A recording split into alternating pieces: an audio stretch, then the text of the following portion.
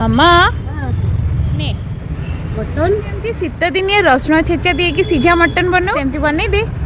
शीत दिने मटन रे ए रेसिपीटा खाया को बहुत बढ़िया लगे। मटन संगे जदि तार चर्बी अल्प नेबे ताले टेस्ट आउरी बढ़िया आसीबो। तो बनैबा पई कि प्रथमे रसुण अदा और भिजा है रखा है सुखिला लंका को भल से छेची दबा। छेचा मसला रेडी हो गला परे गोटे कुकर रे 500 ग्राम मटन हिसाब रे 2 ରୁ 3 कप पानी दे सेतरे हळदी लूण दे मटन को ऐड कर देला परे सेथिरे 2 चम्मच सोरिष तेल दे छेचा है रखा है मसला को ऐड कर दबा। सरू सरू स्लाइस करके कटा है पियाज को दे देला परे लो टू मीडियम फ्लेम रे कुकर रे 2 ରୁ 3ଟା विसल पर्यंत सिझिबा को छाडी दबा।